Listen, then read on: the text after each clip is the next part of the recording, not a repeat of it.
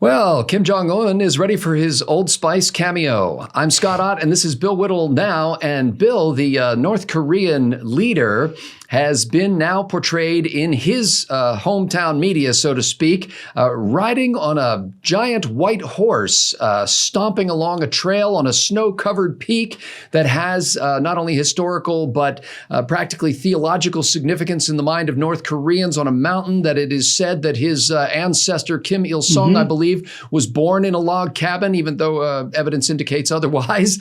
Yeah, during a lightning storm. Yeah, it was fantastic. And so Kim Jong-Un is now pictured majestically on the back of this white steed before the news agency, North Korean news agency, says he's about to announce some sort of major new initiative. There's big change coming, fawning press coverage, of course. And Bill, first of all, can you talk about the power of symbolism for a great leader like Kim Jong-un and the impact this has on his reputation around the world? Kim Jong-un is not a great leader. Let's just start by saying that. But he is a North Korean leader. He's the third generation North Korean leader. And when you hear some of the stories that the North Koreans have been fed about about the Kims, you think to yourself, surely they cannot actually believe this. I'm fairly sure it was his father, Kim Jong-Il, who had never played golf before. And when he was first introduced to a golf course, he played 18 holes. He got 7 or 8 holes in one, and finished, 25 under par, something like that. Well, beginner's luck, Yeah, well, undoubtedly, beginner's luck and being born a Kim, I guess. So you hear stories like that are actually reported to the North Korean people, and you think no one takes us seriously. But I'm sorry to say, I suspect that's not the case. I remember being really quite shocked at a documentary in the last days of Kim Jong-un's father, Kim Jong-il, where a number of Western doctors were finally permitted into North Korea. They were eye surgeons, and they'd corrected the vision of a number of people and restored vision to a number of people. And when their vision was restored, these simple North Korean citizens would get down on their knees with tears in their eyes and practically worship a portrait, not of the doctors who had done this work, but of Kim Jong-il. And so when you have a population that is exposed to nothing but this kind of absurd propaganda, shocking though it is to the Western mind, people actually believe it. Now, Bill, do you think they actually believe it, or do you just think they understand the consequences of not appearing like they believe it? No, I used to think that was exactly the case. I used to think that everybody there thinks, oh, come on, we got to act like we agree with it or else we'll be taken away and shot. But I've come to believe that they genuinely believe it. And I think that's why North Korea presents a real threat, because they have a large army. It's an obsolete army. It's certainly nothing to compare to our army in terms of its ability to survive on the battlefield, but that's not the point. There are millions of people in that army. They are 40 miles away from Seoul, and they absolutely believe in this regime. They've been told their entire lives that America is a weak country and that San Francisco was destroyed by Korea. They've been told so many things that North Korea is essentially the most advanced kingdom on the face of the earth. And Scott, you have to ask yourself, how would they know any different? How would they know any different? Now, Bill, you've talked before about the difficulty of maintaining a widespread conspiracy theory, for want of a better term, and the idea of mass hypnosis being a very difficult to maintain and perpetuate concept. How do you think that these apparent knuckleheads in the North Korean regime have been able to pull it off? They don't have an internet, Scott. I mean, that's all. Well, neither did we 30, 40, 50 years ago. Yes, we didn't 30 or 40, 50 years ago, but we did have independent newspapers, and we did have the ability to travel the world. Virtually any American citizen could get a passport and go anywhere they wanted to and come back, at least as far as our country was concerned, go there and come back without the slightest hassle or interference on the part of the government. And that kept the flow of information relatively steady. So the only way you can pull this off, it's not changing my opinion about the difficulty in doing this kind of thing. In order to be able to pull off this kind of thing, you have to have a completely sealed biodome, essentially. It's got to be hermetically sealed so that the only information these people get are the information you put out, and that no one ever gets to see anything other than that. The entire nation is the Truman Show. The entire nation, beautifully said. Beautifully said. Yeah. Speaking of interesting terms, for Truman, the entire nation is the Truman Show. The entire nation has been taught that Harry Truman was defeated along with the rest of the United States in the Korean War. And the entire nation is the Truman Show. And the North Koreans, I'm sure virtually everybody watching this has seen a picture of North Korea. It's a photograph of the Earth at night. And South Korea is unbelievably brilliantly lit. Seoul is one of the most bright places on the map in terms of just sheer electricity being generated. And you can see the border because everything north of that border, with a little speck for Pyongyang and maybe one or two dots in other places, is absolutely dark, completely dark. And that darkness is an indication of how well that country has been sealed off from the rest of the world. And it continues to be a 60 or 70 year crime against humanity, but there it is. So, Bill, they are very seriously talking now about the literally symbolic, the theological significance of this symbolic trip to the mountain, so to speak. The mountain, which has a Korean name I can't pronounce, is known as Whitehead Mountain. And it wasn't just that Mr. Kim was on a little vacation jaunt. He went there specifically to have his photograph taken on this mountain on a great white horse in advance of some sort of great new revelation. And I guess the question for you, Bill, is how does President Donald Trump and Secretary of State Mike Pompeo and everybody else in the U.S. diplomatic corps negotiate not only with this madman, but this madman who represents apparently an entire nation of deluded individuals? We won't know until we know. So let me just preface what I'm about to say by saying that we don't know what the announcement will be. But I rather suspect it's not going to be an announcement of the escalation of nuclear weapons because they've already been telling their people that they have the means to wipe out the rest of the earth for a long, long time. If I had to bet, this may be wishful thinking on my part, not because of my general support for Donald Trump, in fact, my enthusiastic support for him in terms of dealing with Korea, but also from just a personal sense of the beauty of it. I suspect that when Donald Trump met with Kim Jong-Un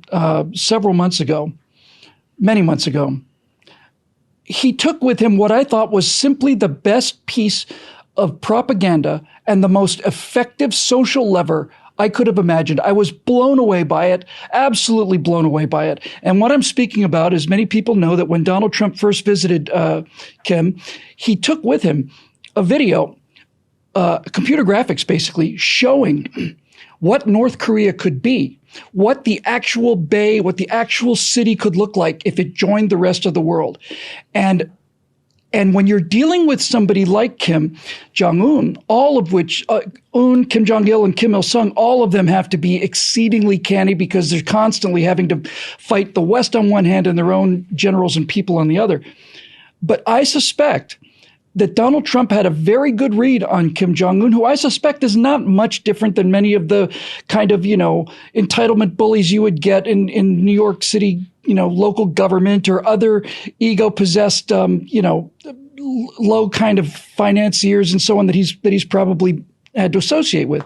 So I suspect and I hope that what Kim is going to announce is some form of a return to normalcy with himself at the head, because I think he realizes that unlike the previous administration, this one is not going to continue to tolerate what he's been doing in terms of escalating respect through the nuclear program.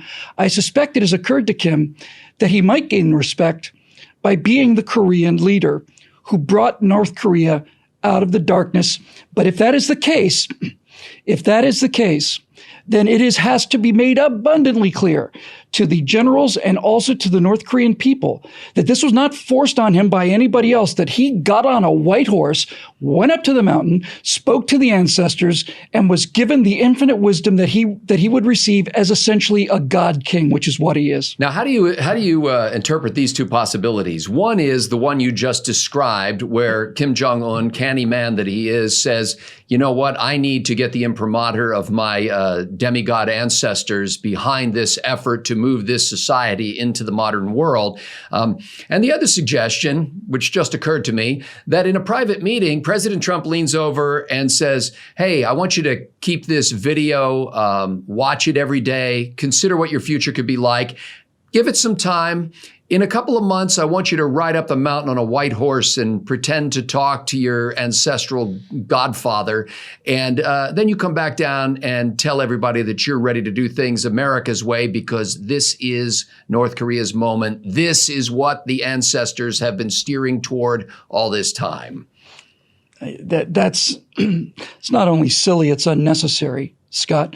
I don't believe Donald Trump would have said that. I don't believe Donald Trump understands the cultural connections of Kim Jong-Un quite that way. If you'd asked me to predict it, I wouldn't have been able to predict it. But once you told me what happened, it seemed pretty clear to me. So you don't need it. Donald, the first part— But somehow he's got to leave Kim an open door, doesn't he? Hold on. Well, he's already done that. The first part, I think, is absolutely true. Take a look at this video. Keep watching it. You don't have to decide right now, but think about it. That part, I think, is absolutely true. The part that I disagree with, of course, is them saying, and then go ride up on a horse on a hill. That's not necessary. Kim is going to do this the way he has to do it, not the way he wants to do it, the way he has to do it.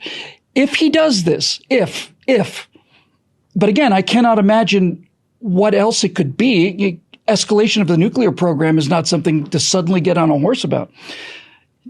If he does this, he is going to have to make it clear to his people, who he's been lying to, and his father's been lying to, and his grandfather's been lying to for 70 years now or something. He's going to have to make it clear to them that this is a decision made by him with divine assistance, and that this is his plan. It's not Donald Trump's plan. It's not South Korea's plan. It's his plan to bring the magnificence of North Korea to the rest of the world. That's the only way he can sell it. And I suspect he's been giving it a lot of thought. Kim Jong-Un was always perceived to be, up until fairly recently, a year or two ago, when he murdered a couple of people who apparently needed to be murdered for him to stay in power, was kind of always considered to be kind of this fat, rather stupid, spoiled little, dictatorling. But he's shown an ability to navigate the politics of North Korean military and the rest of it, as well as North Korea's rock and a hard place position vis-a-vis the rest of the world. So the guy's got more smarts than he looks. It's not I wouldn't say it's like a blindingly bright strategic vision so much as it's just a simple understanding of how those power dynamics work. But all I can say about speculation is this. From what I know about Korean culture, if I was going to make an announcement along the lines of we are going to modernize North Korea, then this is exactly what I would do in order to set the stage for it. North Korean state media called Mr. Kim's horseback ride up Great Whitehead Mountain as a great event of weighty importance in the history of the Korean Revolution. Went on to say, having witnessed the great moments of his thinking atop this mountain, all the officials accompanying him were convinced with overflowing emotion and joy that there will be a great operation to strike the world with wonder again and make a step forward in the Korean Revolution. I'm proud to say that you hadn't read that before I did this postulating, but having read it, I'm more convinced than ever that this is what is going to happen. So there have been a few other global leaders of their countries or internationally famed leaders of their countries who have appeared on horseback. Locally here, Ronald Reagan comes to mind. Back in 2009, Russian leader Vladimir Putin appeared on horseback topless. Does the Kim ride on this mountain inspire any kind of confidence among world leaders, or is everybody sitting back and snickering into their hand and thinking, what a buffoon? Well, I think there's probably a middle ground between those two, which is the position I'm taking. Needless to say, his father, who basically dressed like Elvis and was a huge fan of Western movies and imported his own cognac by the container load. All of these figures, with the exception of the first one, Kim Il-sung, who was just plain ruthless dictator, have a real sort of a maudlin kind of a quality to them, a comical quality to them. But I suspect that other world leaders are taking their cue from me, and and basically looking at this the way that I look at it. And that is, yes, the situation is silly and ridiculous, but the way to get out of the silly and ridiculous situation is to drape it in the same kind of silly and ridiculous sort of pablum that population has been fed, not just for their entire lives, but for the lives of their fathers and their grandfathers as well. So your advice to President Trump is play along, don't laugh. President Trump doesn't need my advice. If it happens, this will be President Trump's doing 100%, and it will be the greatest American diplomatic success, certainly since the end of the Cold War. Donald Trump has been so routinely mocked for his lack of strategic understanding and vision, and we've criticized him here on this show. When we think he needs to be criticized, that's what we do. But I've maintained from the beginning that there's not a person in Washington who better understands how people work, better understands what kind of people he's dealing with. He's had to be able to have that skill from the beginning, or else he wouldn't be Donald Trump. He is looking at a career that has put him in touch with some remarkably fine people, but many, many more pretty low, pretty devious, pompous, vain, self-centered people, and he knows how to deal with them. So when Trump went to Korea, what he was doing, forget the videotape for a second, what he did by going to Korea was he basically put a carrot on the table where there's been nothing but stick.